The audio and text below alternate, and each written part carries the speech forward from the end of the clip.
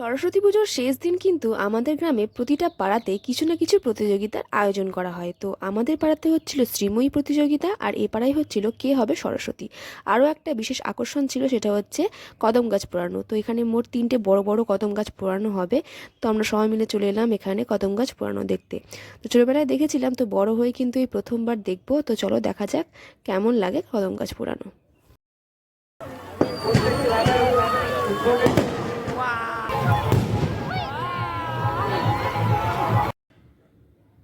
আর এটা কিন্তু সব থেকে বড় কদম গাছ।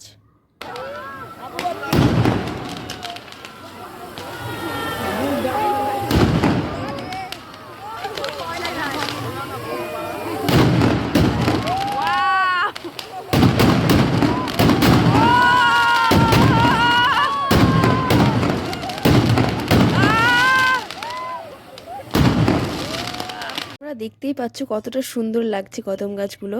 তো আমার দেখা কিন্তু এটা সব থেকে শ্রেষ্ঠ জিনিস বলতে পারো। তো কদম গাছ পোড়ানো দেখে আমরা আবার চলে এলাম আমাদের পাড়াতে। তো আজকে আমাদের পাড়াতে হচ্ছিল বাউল গান। তো আমরা সবাই মিলে চলে এলাম আমাদের পাড়ায়। তো এখানে আজ শেষ দিন যেহেতু, সেই জন্য কিছু না কিছু তো খেতেই হবে।